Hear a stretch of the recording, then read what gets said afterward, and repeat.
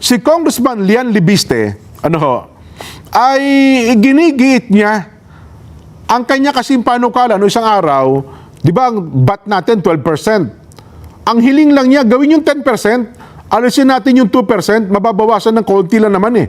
Hindi naman totally alisin ng bat eh.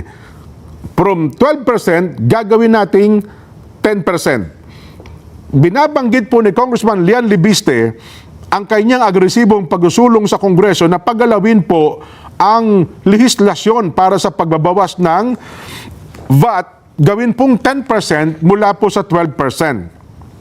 Ayon po dito kay Congressman Lian, sa pinakahuling pagdinig ng House Legislative Energy Action Development o LEAD Council, kahapon po, Abril 15, hinahamon na po niya.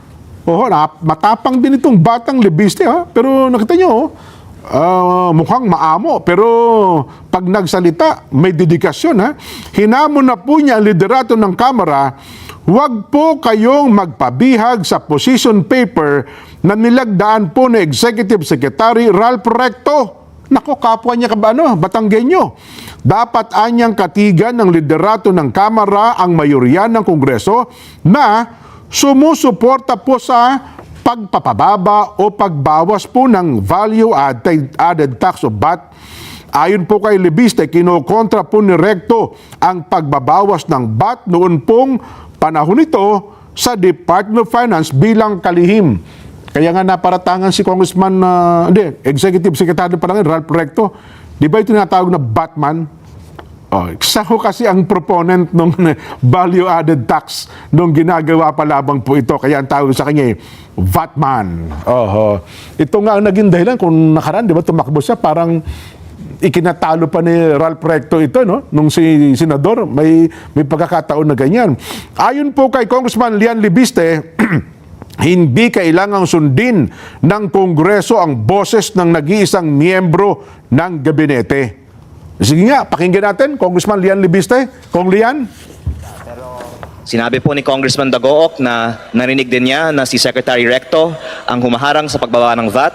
Wala naman nagtanggi sa inyo na si Secretary Recto ay tutol sa pagbaba ng VAT. Pero nais kong bigyang diin na tayong lahat ay mga halal na opisyal dito sa Kongreso.